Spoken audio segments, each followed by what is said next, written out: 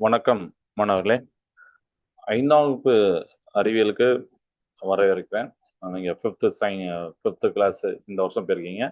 So June 2026ல நம்ம இந்த 5th science இன்னைக்கு ஸ்டார்ட் பண்றோம். ஸோ ஃபர்ஸ்ட் யூனிட் 1 நீங்க பார்த்துருப்பீங்க, புக்கு வந்திருக்கும். ஆர்கான் சிஸ்டம், அதாவது உறுப்பு மண்டலங்கள் அப்படிங்கிற அந்த யூனிட் இருக்கும். ஸோ நம்மளுடைய உடல்ல பத்தி படிக்கக்கூடியது, உடல்ல இருக்கக்கூடிய பாகங்கள் என்ன, அது என்னென்ன வேலை பண்ணுது, இதெல்லாம் படிக்கக்கூடியதான் இந்த யூனிட். ஸோ ரொம்ப இன்ட்ரெஸ்டிங்கானது அண்ட் ரொம்ப இம்பார்ட்டன்ட், அத்தியாவசியமானது. ஏன்னா நம்மளை பத்தி நமக்கு தெரியணும்ல, நம்ம பாடி, நம்ம உள்ள என்ன நடக்கு, அதுல என்னெல்லாம் ஏகப்பட்ட ஸ்பேர் பார்ட்ஸ் இருக்கு, அந்த மாதிரி இதை நீங்க தெரிஞ்சுக்கிட்டாங்கன்னா தான் உங்க பாடியை, உங்க உடலை நீங்க மதிக்க முடியும். அது நல்ல விதமா யூஸ் பண்ண முடியும். சரிங்களா? ரைட். ஸோ யோசிச்சு பாருங்க, டெய்லி நம்ம விளாடுறோம், சைக்கிள் ஓட்டுறோம், நடக்கிறோம், படிக்கிறோம். இதுக்கெல்லாம் எனர்ஜி எங்கேருந்து வருது? எனர்ஜி எங்கேருந்து வருது? 2 தோசை, 3 இட்லி, அதுல இருந்து எனர்ஜி வருது. கரெக்டா? Okay, right. Okay, right. அது தப்பு கிடையாது, ரைட்டு. உண்மையிலதான் கரெக்ட். அதாவது நம்ம என்ன ஃபுட்டு சாப்பிட்றோமோ, ஃபுட் வி ஈட். கரெக்டா? அதனாலதான் எனர்ஜி கிடைக்கும். அது இட்லியா இருக்கலாம், தோசையா இருக்கலாம், ரைட்டா? எதுனால இருக்கலாம். அது என்ன போகுதுன்னா, நீங்க இட்லியா தோசையா சாப்பிடுறது அப்படியே நம்ம உடம்புக்குள்ள போய் எனர்ஜியா மாறுமா அப்படின்னா இல்ல. டைரக்டா நீங்க அனுப்புன இட்லி, ஒரு இட்லி போய் டைரக்டா எனர்ஜியா மாறினா இல்ல. ஆக்சுவலி அது அப்படி இல்ல. அப்ப என்ன பண்ணுது சார்? உடம்புல நம்ம நம்ம சாப்பிடக்கூடிய அந்த உணவு உடம்புல சில சில வேலைப்பாடுகளுக்கு உட்படுது. சில ஒர்க் அது மேல நடக்குது. யார் பண்றா? நம்ம உடம்பு பண்ணுது. உள்ளுக்குள்ள பண்ணுது. நிறைய பார்ட்ஸ் இருக்குல்ல, அது பண்ணுது. அந்த உணவை அப்படி பண்ணி தான் எனர்ஜியா கொண்டு வருது. சரிங்களா? சோ நாம சாப்பிடக்கூடிய அந்த ஃபுட்டு, அத நம்ம உடம்பு நல்லா உடைச்சு எனர்ஜியா மாத்துற அந்த ப்ராசஸ்க்கு பேர் தான் டைஜஷன். அதாவது தமிழ்ல செரிமானம் அப்படின்னுவாங்க. இந்த வார்த்தையை எல்லாருமே கேள்விப்பட்டிருப்போம். செரிக்க மாட்டேங்குது. ஒரு ஷார்ட்டா சொல்லுவாங்க, சாப்பிட்ட சாப்பாடு செரிக்க மாட்டேங்குது, நெஞ்சு வலிக்கு, நெஞ்சு கறிக்கு, அப்படிலாம் நம்ம சொல்றோம். நம்ம அப்பா அம்மா தாத்தா யாரோ சொல்றாங்க. அப்படி சொல்றது கேள்விப்பட்டிருப்பீங்க. செரிமானம், அப்ப என்ன அர்த்தம்? செரிமானம் சரியா அந்த ஃபுட் ஆகல, அதனால அந்த நெஞ்சில அந்த எரிச்சல்லாம் வரும். இது ஒரு காரணம். ஓகேவா? ஸோ டைஜஷன், செரிமானம். அதே மாதிரி நாம உயிர் வாழ்றதுக்கு முக்கியமான ஒரு ஆளு யாரு? ஆக்சிஜன். கரெக்ட் தான் இல்லையா? அப்படிதானே? ஆக்சிஜன். அப்போ நம்ம உடம்புக்கு ஆக்சிஜனை கொண்டு ஏன்னா நீங்க சுவாசிக்கிறீங்க, வெறும் ஆக்சிஜன் மட்டுமா சுவாசிக்கிறீங்க? நல்லா யோசிச்சு பாருங்க. நம்மளை சுத்தி காத்து தான் இருக்கு, ஏர் தான் இருக்கு. ஏர்ல nitrogen, carbon dioxide, 100 bike போகுது, 1000 கார் போகுது. அப்ப அத்தனை புகை. யோசிச்சு பாருங்க, அந்த புகைலாம் எங்க போகுது? நம்ம சுவாசிக்கும். பட் நம்ம உடம்புக்கு ஆக்சிஜன் தேவைங்கிறத நீங்க படிச்சிருக்கீங்க, அப்படிதானே? அப்போ நம்ம உடம்புக்கு ஆக்சிஜனை கொண்டு சேர்க்கக்கூடிய வேலை, அந்த ப்ராசஸ் ரெஸ்பிரேஷன் அப்படின்னு சொல்லுவாங்க. ரெஸ்பிரேஷன், தமிழ்ல சுவாசம். தமிழ்ல சுவாசம். சரிங்களா? ரைட். அதுக்கப்புறம் நம்ம உடம்புல நம்ம போட்ட சாப்பாடு டைஜஸ்ட் ஆகி செரிமானம் அடைஞ்சிச்சு இல்லையா? அதோட முடிஞ்சதா? இல்ல. அதுங்கேருந்து என்ன ஆகுதுன்னா, அந்த சாப்பிட்டு முடிச்சதும் உடம்புல இருக்கக்கூடிய வேஸ்ட் எல்லாம் வெளியேறணும். அப்படிதானே? இது வந்து ஒரு ப்ராசஸ். நீங்க எல்லா உயிரினும் பார்க்கலாம். அப்படிதானே? ஆடு, மாடு, நாய், நம்ம எல்லாருமே பாத்தீங்கன்னா, சாப்பிட்ட சாப்பாடு யாரும் வயிற்றுக்குள்ளேயும் இப்படிலாம் கிடக்காது. வேஸ்டா வெளியில போகணும். ஏன்னா அது ஒரு சைக்கிளிக் ப்ராசஸ், நடந்தே ஆகணும். ஸோ அப்படி வேஸ்ட் வெளியேறணும்ல. ஸோ அந்த ப்ராசஸ் பேர் என்னன்னா எக்ஸ்கிரீஷன். அதாவது தமிழ்ல கழிவு நீக்கம். கழிவ நீக்கம் பண்றோம். கழிவு நீக்கம். சரியா? சோ இந்த முக்கியமான வேலைகளை ஒவ்வொன்றையும் நம்ம உடம்புல இருக்கக்கூடிய வெவ்வேறு பார்ட்ஸ், வெவ்வேறு உறுப்புகள், அதாவது ஆர்கன்ஸ் அப்படிம்பாங்க. இங்கிலீஷ்ல ஆர்கன்ஸ், தமிழ்ல உறுப்புகள், அது செய்யுது. சோ இப்படி பல உறுப்புகள் ஒன்னா சேர்ந்து ஒரு குறிப்பிட்ட வேலை செய்யும் போதுதான் அதை தான் நாம உறுப்பு மண்டலம், ஆர்கன் சிஸ்டம் அப்படின்னு சொல்றோம். இப்ப கிளியரா கொஞ்சம் ஏன் நான் ஃபர்ஸ்ட் இதை சொல்லும் போதுதான் ஆர்கன் சிஸ்டத்துக்கு என்ன சம்பந்தம் இருக்கு அப்படின்னு மேபி நீங்க நினைச்சுக்கலாம், நினைக்க மாட்டீங்க, ஆர்வமா தான் இருப்பீங்க. பட் டைஜஷன் ரெஸ்பிரேஷன் வருதா அப்படின்னா எஸ். இதெல்லாம் உடம்புல நடக்குன்னா சில உறுப்புகள் வேலை செய்யணும். அந்த உறுப்புகள் வேலை செய்யற அதை மொத்தமா அந்த உறுப்புகள்லாம் சேர்த்து சொல்றோம்ல, அந்த உறுப்புகள்லாம் சேர்ந்ததான் உறுப்பு மண்டலம். ஒரு குறிப்பிட்ட வேலையை பண்றாங்க, பல உறுப்புகள் சேர்ந்துதான் அந்த குறிப்பிட்ட வேலை பண்றாங்க, உறுப்பு மண்டலம் அப்படின்னு நான் சொல்றோம். சோ இன்னைக்கு நம்ம யூனிட் 1ல அலகு 1ல பார்க்க போறது ரொம்ப ரொம்ப ஸ்பெஷலான ஒரு சிஸ்டம். அதான் டைஜஸ்டிவ் சிஸ்டம்.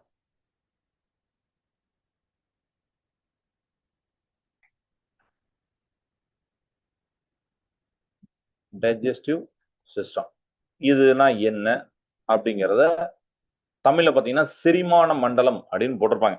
அது என்ன அப்படிங்கிறத நம்ம பார்க்க போறோம். சோ நம்ம உடம்புக்குள்ள இந்த செரிமானம் எப்படி நடக்கு, சாப்பாடு எந்த வழியா போகுது அப்படிங்கிறது எல்லாத்துலயுமே இப்ப நான் சொன்னா அதை விட உங்களுக்கு ஒரு அனிமேஷன் காமிக்கிறேன், அதுல உங்களுக்கு அழகா புரியும். சாப்பாடு எங்க சாப்பிடுறோம், எப்படி போய் எந்த லாஸ்ட் எந்த இடத்துக்கு போகுது, கழிவு நீக்கம் எங்க நடக்குது அப்படிங்கிறது எல்லாமே இருக்கு. வாங்க அந்த அனிமேஷன் காமிக்கிறேன், ஒரே நிமிஷம் நான் உங்களுக்கு ஸ்கிரீன் ஷேர் பண்றேன். அந்த அனிமேஷன் பார்த்துட்டு அதுல இருந்து ஒரு 5 ஒன் வேர்டு மாதிரி இருக்கும், அதையும் நம்ம பார்க்க போறோம். ஸோ ரொம்ப இன்ட்ரெஸ்டிங்கான ஒரு இதாக தான் இருக்க போகுது.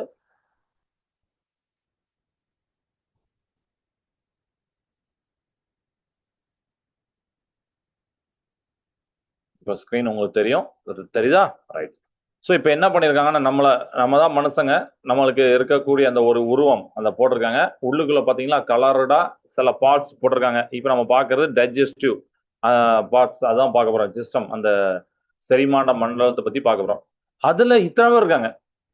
யாரு? மவுத்து, ஏனஸ், அப்புறம் இதெல்லாம் இருக்குங்க.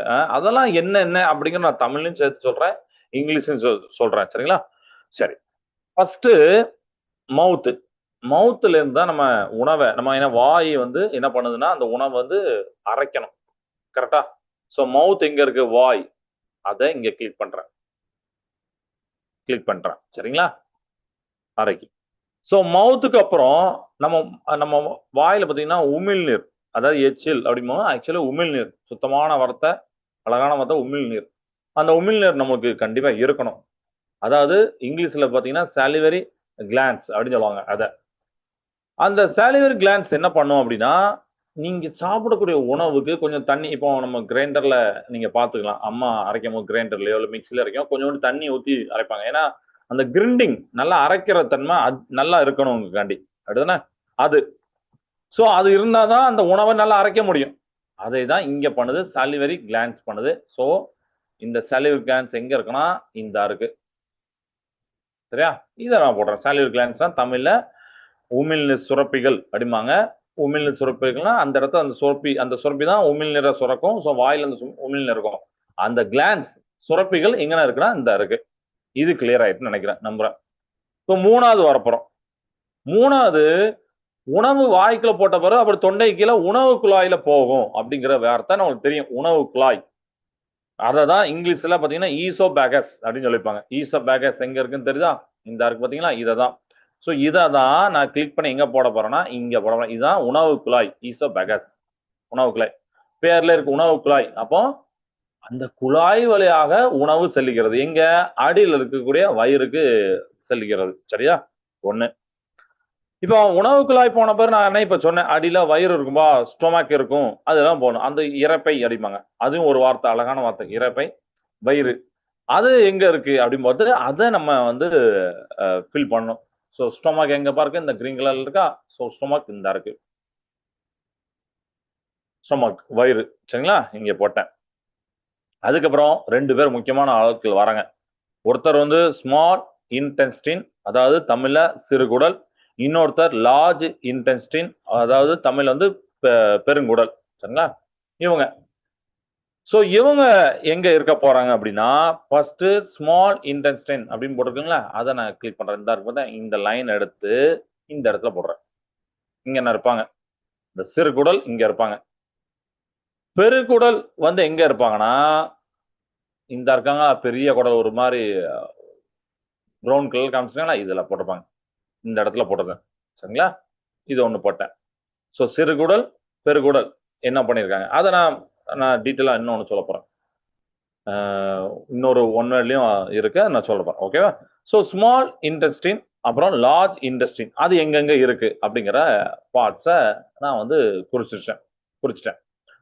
அடுத்து ரெக்டம் அப்படின்னு சொல்லக்கூடிய மலக்குடல் வருது. அதுக்கப்புறம் இங்க இருக்கு ரெக்டம் அப்படின்னு சொல்லக்கூடிய மலக்குடல். அதுதான், ஏன்னா இப்போ ரெண்டு இடம் தான் ஃப்ரீயா இருக்கு. ஸோ இதுதான் ரெக்டம், மலக்குடல். ஓகேவா? ஸோ ஃபைனலா ஏனஸ் அப்படின்னு சொல்லக்கூடிய மலப்புழை அப்படின்னு சொல்லுவாங்க. அதாவது தமிழ்ல ஆசனவாய் அப்படின்பாங்க. ஸோ அதை வந்து கிளிக் பண்றேன். இந்த இருக்கலாம் ஏனஸ் கிளிக் பண்ணிட்டேன். இப்போ எல்லா பார்ட்ஸையும் நான் கிளிக் பண்ணிட்டேன். இது சரியா இருக்கான்னு பார்க்குவோம். ஏதாவது தப்பா இருந்தா நம்ம மாத்திக்கலாம். எஸ், எல்லாமே சரியா இருக்கு. ஸோ இதுதான் நம்மளுடைய டைஜஸ்டிவ் சிஸ்டம், செரிமான மண்டலத்தில் உள்ள இதை நான் திருப்பி ஆன்சர் காமிக்கிறேன். இதுதான் நோட் பண்ணிக்கலாமா? ஸோ நான் இது இங்கிலீஷ்ல இருக்கு, நான் தமிழ்லையும் சொல்லிட்டேன். எல்லா பார்ட்ஸுக்கும் தமிழ்ல சொல்லிட்டேன். சாலிவர் கிளான்ஸ் சொல்லிட்டேன், உமிழ் சுரப்பிகள், உணவு குழாய், இறப்பை, சிறுகுடல், பெருக்குடல், மலக்குடல், ஆசனவாய், மலப்புழை, அப்புறம் வாய், எல்லாத்தையும் நான் சொல்லிட்டேன். தமிழ்லையும் நான் சொல்லிட்டேன். ரைட்டா? ரைட். இப்போ இந்த பார்ட்ஸை எல்லாம் கிளியர் பண்ணிட்டீங்களா? இப்போ நம்ம படிச்சதுல இருந்து ஒரு ஒன் வேர்டுக்கு நம்ம போறோம். அதுவும் ஒன் வேர்டா நான் இப்போ உங்களை டக்குன்னு கிளிக் பண்ணுங்கன்னா சொல்ல மாட்டேன். அதுல நானே உங்களுக்கு ஆன்சர் சொல்லுவேன். ஒரு நிமிஷம் அந்த ஸ்கிரீனை இப்போ ஷேர் பண்றேன்.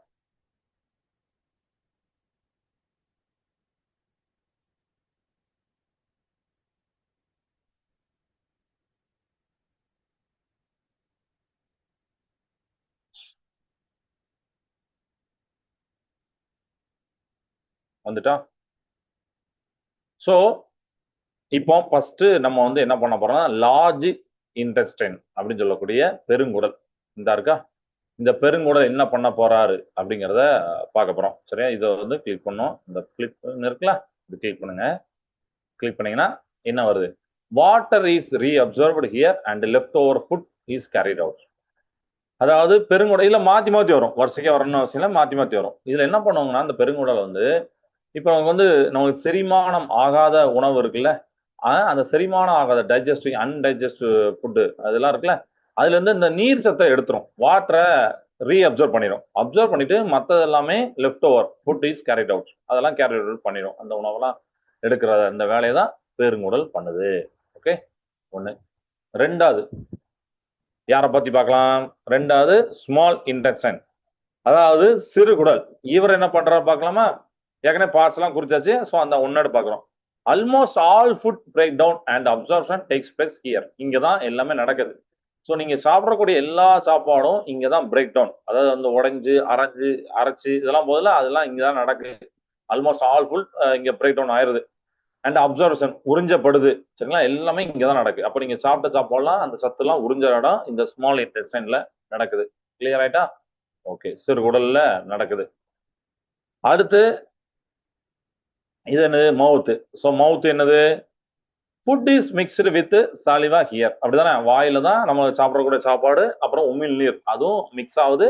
அதுக்கப்புறம் அது அரைப்படுது. அதுக்கப்புறம் உணவுக்குள்ளாக்கி போதெல்லாம் எல்லாம் நடக்குது. ஓகேவா? நாலாவது இது நான் சொன்னேன்னா ஈசோபேகஸ் அப்படின்னு சொன்னா இதுதான் என்னது அப்படின்னா உணவு குழாய். தமிழ்ல நம்ம சொன்னோம். ஸோ உணவு குழாய் என்னது? ஃபுட் டிராவல்ஸ் டவுன் டிஸ் டியூப். அப்படிதானே?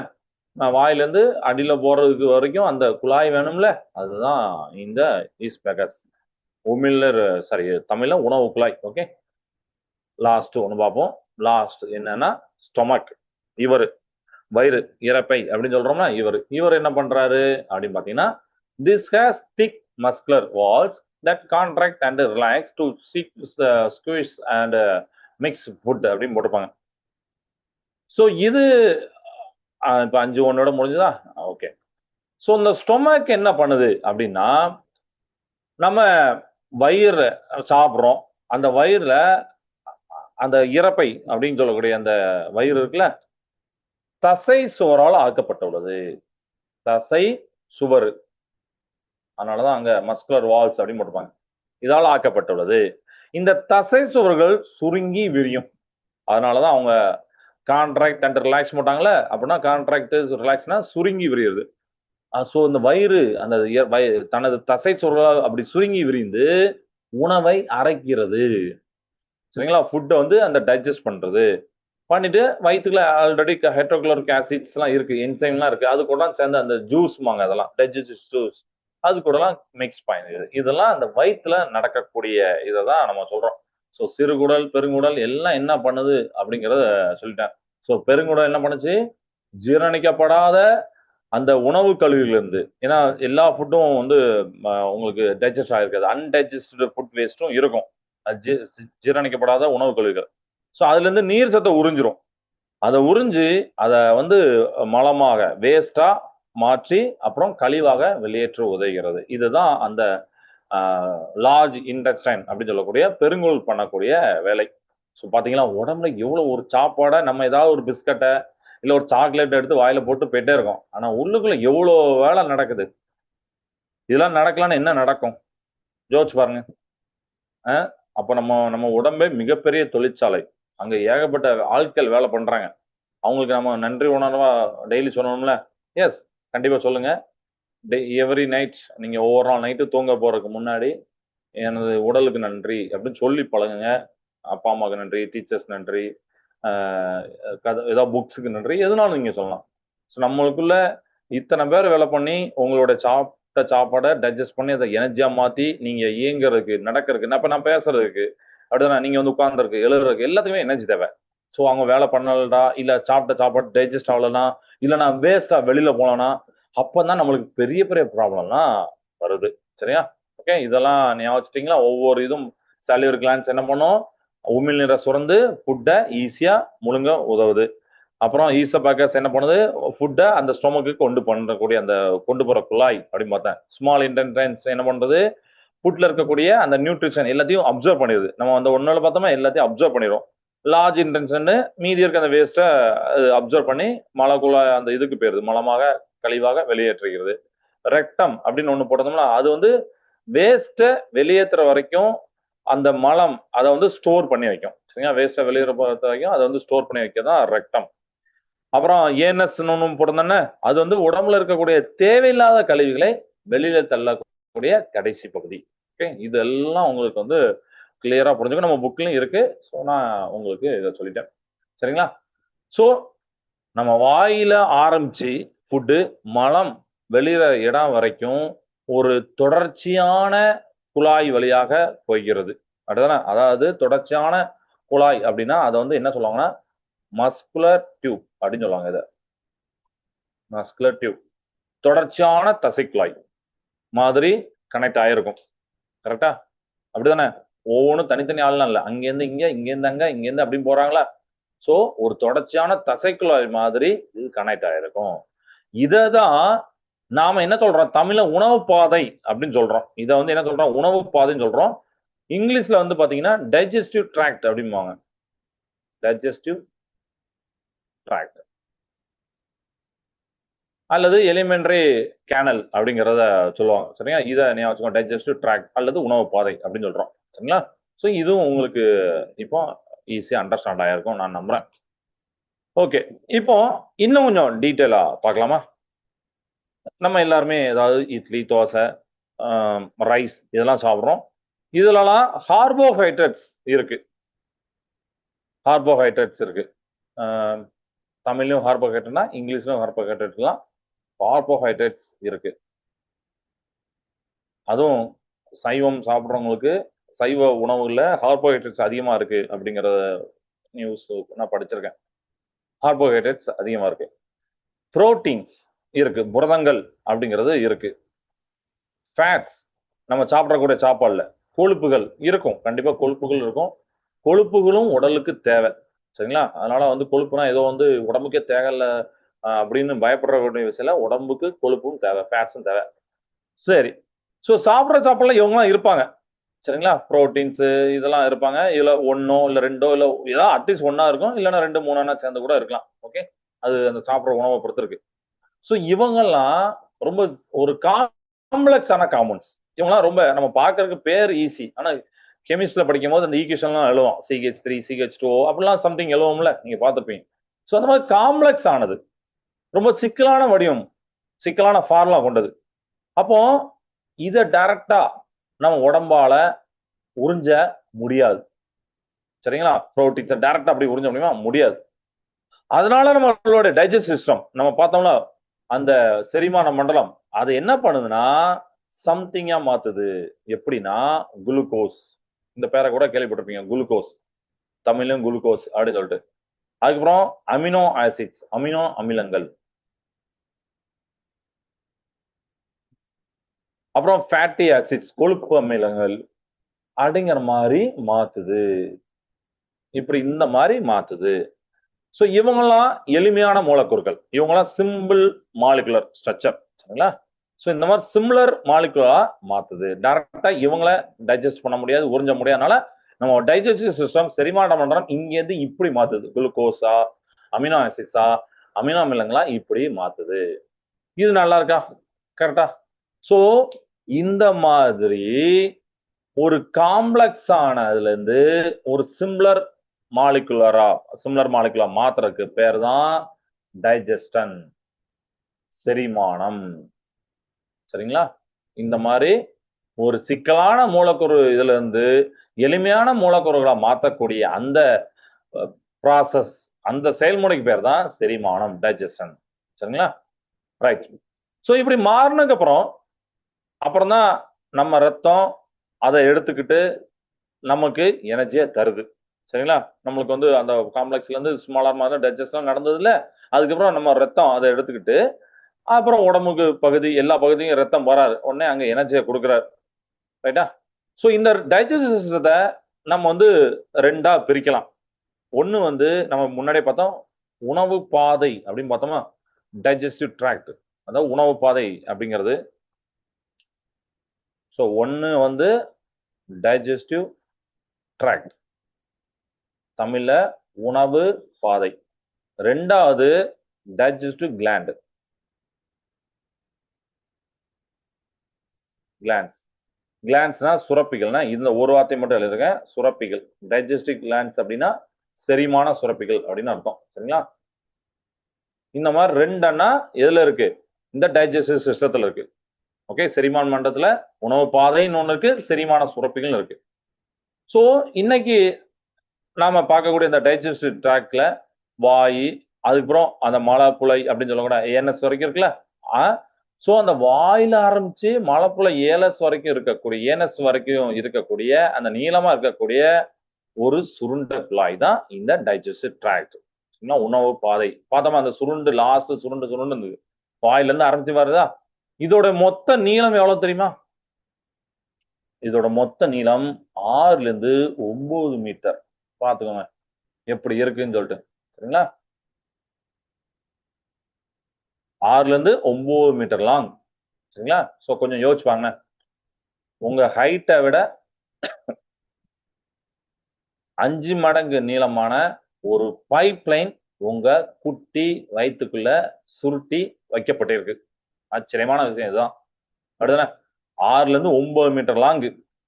நம்ம ஹைட்டை விட ஒரு 5 மடங்கு, அதாவது உங்க ஹைட்டு. சரிங்களா? அந்த ஹைட்டுக்கு எதாவது சொல்றேன். உங்க ஹைட்டை விட ஒரு 5 மடங்கு நீளமான ஒரு பைப் லைன். ஆனா இந்த பைப் லைன் பிவிசி குழாய் இல்ல, ஒரு தசையால பண்ணப்பட்டதுதான். அவங்க ஆனா உங்க வயிற்றுக்குள்ள சுருட்டி வச்சிருக்கு. இதுல என்னென்ன பாகங்களா இருக்கு நம்ம பார்த்தோம். மவுத்து, அப்புறம் எஸ்பகாஸ், அப்புறம் anus, small intestine, large intestine, rectum, மலக்குடல் எல்லாத்தையும் நம்ம பார்த்தாச்சு ஆல்ரெடி. அந்த அனுப்பிச்சு பார்த்தோம். ஸோ இந்த மாதிரி பாகங்கள்லாம் இதுல இருக்கு. Okay, right. இப்போ இதுல ஒரு இன்ட்ரெஸ்டிங்கான ஃபேக்ட் நான் சொல்றேன்.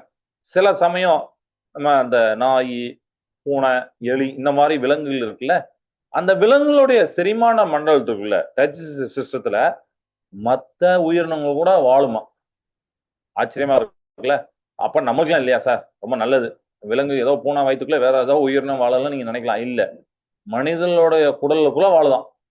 எக்ஸாம்பிளுக்கு மனிதர்களும் வாழுது அப்படிங்காங்க. அதுக்கு ஒரு எக்ஸாம்பிள் இருக்காங்க. அதாவது மனிதர்களுடைய குடல், அதாவது ஹியூமன் இன்டெஸ்டைன் அப்படின்னு சொல்லக்கூடிய மனிதர்களுடைய குடலுக்குள்ள டேப் வார்ம் வாழுது. ஸோ அதுவும் ஒரு உயிர் தானே, உயிரினம் தானே. தமிழ்ல பாத்தீங்கன்னா நாடா புழு அப்படிம்பாங்க. நாடா புழு அப்படிங்கிற ஒரு ஒட்டுண்ணி வாழுது. எஸ், ரைட்டா? சோ இத பத்தி நீங்க ஃபர்தரா நீங்க நெட்டை எடுத்து பாருங்க எப்படி இருக்கு, இன்டென்ஷனுடைய ஷேப் எப்படி இருக்கு, அதுல டேப் ஃபார்ம் எப்படி இருக்கு, எதனால அப்படி வந்துச்சு அப்படிங்கறத நீங்க இன்ட்ரெஸ்ட் எடுத்து பாருங்க. சரிங்களா? ரைட். ஓகே ஓகே குட்டீஸ், இன்னைக்கு நம்ம கிளாஸ்ல இது வரைக்கும் போதும். நம்ம இன்னைக்கு கிளாஸ்ல என்னெல்லாம் பார்த்தோம் அப்படின்னு ஒரு ரீகேப் பண்ணிக்கலாமா? ஆர்கன் சிஸ்டம், உறுப்பு மண்டலம் அப்படின்னு பார்த்தோம். அதுல டைஜஷன், செரிமானம் அப்படிங்கறதுடைய அந்த டெஃபினேஷன் பார்த்தோம். என்ன செரிமானம் என்ன, அப்புறம் அந்த டைஜஸ்டிவ் ட்ராக்ட், உணவு பாதை, அது எப்படி போயிட்டு இருந்துச்சு. முக்கியமான ஒரு சூப்பரான ஒரு லைன் என்ன, 6ல இருந்து 9 மீட்டர் நீளம் இருக்கக்கூடிய அந்த குழாய், அந்த நீளம் இப்படி இருக்குங்கிற ஒரு இம்பார்ட்டன்டான ஒன் வேர்ட்ஸ் தெரிஞ்சு வச்சுக்கிட்டோம். நீங்க அந்த பார்ட்ஸ் பார்க்கும்போது அந்த பார்ட்ஸ் 9 பார்ட்ஸ் பார்த்துப்பீங்க. 9 முக்கியமான பார்ட்ஸ். சரிங்களா? அந்த 9 முக்கியமான பார்ட்ஸையும் வரிசையா நீங்க எழுத பழகணும். அதுதான் இன்னைக்கு ஹோம்ஒர்க். நான் சொல்றேன், அதை ஷேர் பண்றேன். என்ன ஹோம்ஒர்க் அப்படிங்கிறது. ஓகே. ஸோ இப்போ டிக்டேஷன். டிக்டேஷன். ஸோ உங்களோட சயின்ஸ் நோட்டை எடுத்துக்கோங்க. டிக்டேஷன் அப்படிங்கிறத போட்டுக்கோங்க. இன்னைக்கு டேட்டா எடுத்து போட்டுக்கோங்க. தமிழ் இங்கிலீஷ் ரெண்டுத்துக்கும் சேர்த்து சொல்றேன். டிக்டேஷன். சரிங்களா? ஃபர்ஸ்ட் வார்த்தை டைஜஷன். உங்களுக்கு தெரிஞ்ச வார்த்தையை சொல்லலுமே, டைஜஷன், செரிமானம். தமிழ்ல செரிமானம், இங்கிலீஷ்ல டைஜஷன்.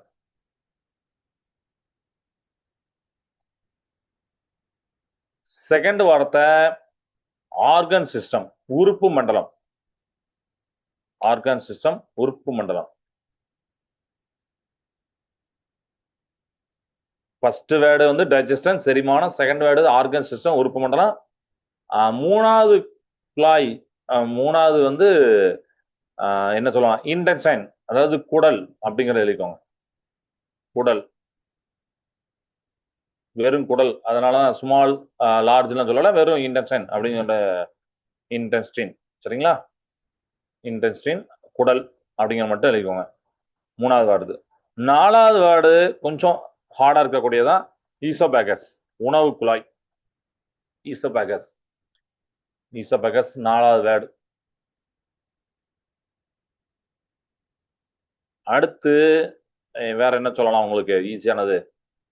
ஈஸியானதுல சரி, காம்ப்ளெக்ஸ், சிக்கலானது. சரியா? சிக்கலான அப்படின்னு போட்டுக்கோங்க. காம்ப்ளெக்ஸ், காம்ப்ளெக்ஸ் டு சிம்பிளா மாத்தும் அப்படின்னு சொன்னோம். அதுதான் டைஜஷன் அப்படின்னு சொல்லி கொடுத்தேன். ஸோ காம்ப்ளெக்ஸ் அப்படின்னு போட்டுக்கோங்க, சிக்கலான. ஸோ 5 வேர்டு சொல்லிட்டானா ஸ்டூடெண்ட்ஸ்? அடுன வெரி குட். ஸோ இந்த நோட்டை எழுதிப்பீங்க நான் நம்புறேன். எழுதிக்கோங்க. டைஜஸ்டன், செரிமானம். ஆர்கன் சிஸ்டம், உறுப்பு மண்டலம். அப்புறம் இன்டெஸ்டின், குடல். அப்புறம் ஈசோபேகஸ் வந்து உணவு குழாய். காம்ப்ளெக்ஸ், சிக்கலான அப்படிங்கிறத சொல்லிட்டேன். ஓகே. ஸோ இன்னைக்கு நம்ம கிளாஸை கம்ப்ளீட் பண்றதுக்கு முன்னாடி ஹோம்ஒர்க் அண்ட் ஒரு ஜாலியான ஹோம் ஆக்டிவிட்டி ஒன்று நான் சொல்றேன். ஃபர்ஸ்ட் ஹோம் ஆக்டிவிட்டி நம்ம பார்த்துடலாம். ஹோம் ஆக்டிவிட்டி என்ன அப்படின்னா, இன்னைக்கு உங்க வீட்டுக்கு போயிட்டு, நாளைக்கு சண்டே வர ஃப்ரீயா இருப்பீங்களா? ஃப்ரீயா இருக்கும் போது ஒரு நல்ல விஷயத்த கத்துக்கிடுமே. சரிங்களா? ஹோம் ஆக்டிவிட்டியில உங்க வீட்டில் இருக்கக்கூடிய ஏதாச்சும் ஒரு நீளமான கயிறு, ரோப் எடுத்துக்கோங்க. இல்லைன்னா தையல் மிஷின் இருந்தா தையல் நூல் இருக்கும், த்ரெட் இருக்கும், அதை எடுத்துக்கோங்க. ஒரு ஸ்கேல் வச்சுட்டு கரெக்டா 6 மீட்டர்ல இருந்து 9 மீட்டர் வரைக்கும் அதை அளந்துக்கோங்க. அந்த நூலை அல்லது ரோப்பை அளந்து அதை கட் பண்ணுங்க. 6ல இருந்து 9 மீட்டர். அதுக்கு ஏத்தாப்புல ஸ்கேல் வேணும். நம்மளுடைய ஸ்கேல் 30 சென்டிமீட்டர் 15 சென்டிமீட்டர், அது யூஸ் ஆகாது. நான் சொல்றேன் மீட்டர் ஸ்கேல், பெரிய பெரிய. இப்போ நீங்க 1 மீட்டர் ஸ்கேலே நீங்க 2 மீட்டர், 2 தடவை வச்சா 2 மீட்டர், 3 தடவை வச்சா 3 மீட்டர் அப்படி வரும். அது நீங்க யோசிச்சு பாருங்க. எல்லாமே நம்ம சொல்லக்கூடாது, நீங்களே யோசிச்சு பாருங்க. ஸோ 6ல இருந்து 9 மீட்டர் வரைக்கும் அதை அளந்துக்கோங்க, கட் பண்ணிக்கோங்க. இப்போ இந்த கயிற்றை கையில அப்படி சுருட்டி உங்க வயிற்று பகுதியில வச்சு பாருங்க. இந்த கயித்தை அப்படி நல்லா சுருட்டி உங்க வயிற்று பகுதியில வச்சு பாருங்க. எவ்வளவு பெரிய நீளமான உணவு பாதை நம்மளுக்குள்ள சுருங்கி இருக்கிறதுங்கிற நீங்க கண் கூட பாப்பீங்க, ஆச்சரியப்படுவீங்க. சாதாரணமா சொன்னா 6ல இருந்து 9 மீட்டர் கூட சொன்னா தெரியாது. இந்த ஹோம் ஆக்டிவிட்டி பண்ணி பாருங்க, உங்களுக்கே ஆச்சரியமா இருக்கும். இவ்வளவு பெரிய கயிறு உண்டான அந்த ஒரு குடல் ஏன் உள்ளே இருக்கு அப்படின்னு ஆச்சரியப்படுவீங்க. இதுதான் ஹோம் ஆக்டிவிட்டி. இதை ஒண்ணு பண்ணுங்க. ஸோ ஹோம்ஒர்க் என்ன அப்படிங்கிறத நான் ஸ்கிரீனை ஷேர் பண்றேன். வேர்ட் டாக்குமெண்ட், அதை வந்து இது பண்ணிக்கோங்க, நோட் பண்ணிக்கோங்க. இன்னைக்கு டேட் போட்டுக்கோங்க. 5th சயின்ஸு போட்டீங்களா? So homework, write down the sequential parts of the digestive tract in order. ரொம்ப ஈஸியான கொஸ்டின் தான். மனித உணவு பாதையின் டைஜஸ்டிவ் ட்ராக்ட், 9 முக்கிய பாகங்கள் நம்ம பார்த்ததெல்லாம் அந்த 9 முக்கிய பாகங்கள் அதுதான். அவை தொடங்கும் விதமான நம்ம எதுல இருந்து பார்த்தோம்? வாய், மவுத், அங்கே இருந்து ஆரம்பிச்சு மலப்புழை அப்படின்னு சொல்லக்கூடிய ஏனஸ் அது வரைக்கும் சரியான வரிசை கிரமப்படி எழுதணும். அதாவது கரெக்ட் சீக்வன்ஸ்ல மாத்தி மாத்தி எழுதக்கூடாது. ஸோ மவுத்ல இருந்து அடுத்து என்எஸ், அதுக்கு அடுத்து இன்னொன்னு அப்படின்னு எழுதக்கூடாது. வரிசைக்கா நீங்க எழுதணும். ஓகே. ஸோ இதை எழுதி உங்களுடைய அறிவியல் நோட்டு பக்கத்துல எழுதி போட்டோ எடுத்து அனுப்புங்க. இதுதான் உங்களுடைய ஹோம்ஒர்க். ஸோ ஹோம் ஆக்டிவிட்டியும் உங்களுக்கு இன்ட்ரெஸ்டிங்கா இருக்கும், இந்த ஹோம்ஒர்க்கும் இன்ட்ரெஸ்டிங்கா இருக்கும் நான் நம்புறேன். இதை நீங்க பண்ணுங்க. ஸோ கத்துக்கிடுறதுல நம்ம செயல்படணும். அதாவது நம்ம காது வழியா கேட்டா மட்டும் பத்தாது, நம்ம கையும் அதுல வேலை பண்ணணும். நம்மளும் எழுதணும், நம்மளும் யோசிக்கணும், நம்மளும் ஒரு படம் பாட்டு பார்க்கணும், என்ன பார்ட்ஸ் எழுதி பார்க்கணும். இதெல்லாம் சேர்ந்தா லேர்னிங் தவிர ஜஸ்ட் யாரோ சொல்றாங்க நம்ம கேட்கறோம் அப்படின்னா அது ஏன்னா கேட்கறதுல பாதி தான் நம்ம மூளை வந்து அண்டர்ஸ்டாண்ட் பண்ணிக்கிடும். நம்ம பாதியை தான் அது வந்து நினைவுல வச்சுக்கிடும். சரிங்களா? அதனால பல விஷயங்கள் மறந்து போயிடும். ஓகேவா? ரைட். ஸோ அதனால இந்த வேலையை பாருங்க. எதுவும் டவுட் இருக்கா? இன்னைக்கு கிளாஸ் இன்ட்ரெஸ்டிங்கா இருந்துரும் நம்புறேன். எதுவும் டவுட் இருக்கா? ஸோ நம்ம அந்த அனிமேஷன் காமிச்சோம், அப்புறம் ஒவ்வொன்றுக்கும் டெஃபினிஷன் சொன்னேன். எதுவும் டவுட் தான் கேட்கலாம். ஓகே, டவுட் இல்லைங்களா? சரிப்பா, நம்ம நெக்ஸ்ட் கிளாஸ்ல இன்னொரு இன்ட்ரெஸ்டிங்கான டாபிக்ல பார்ப்போம். வாழ்க பாரதம், வெல்க தமிழகம். நன்றி, வணக்கம்.